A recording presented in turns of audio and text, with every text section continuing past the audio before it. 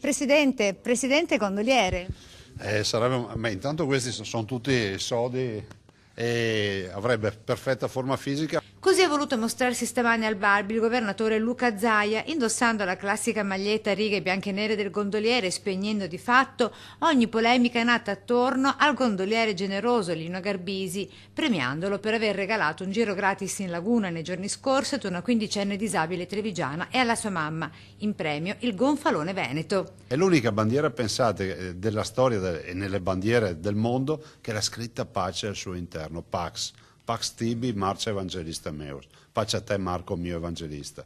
1100 anni di storia che non vanno ripudiati, vanno valorizzati, che è storia di solidarietà, di compassione, di grandi partite, di cosmopolitismo, anche se volete, no? Pensate a Venezia cosa è stata a livello internazionale. È un gesto, ripeto, quasi quotidiano, però in questo momento qui ha fatto anche una buona risonanza, diciamo, forse perché la gente si è un po' inaridita. Da Venezia è già partito anche un pacchetto speciale verso San Vendemmiano, direttamente a casa della famiglia Durigan. Questo è un regalo, immagino, per Chiara e la mamma Katia, è una bella maglietta e poi offerta dall'associazione dei gondolieri vale ancora molto di più. Poche ma sincere ed eloquenti le parole di Lino. Grossa emozione. Vabbè, insomma, dai.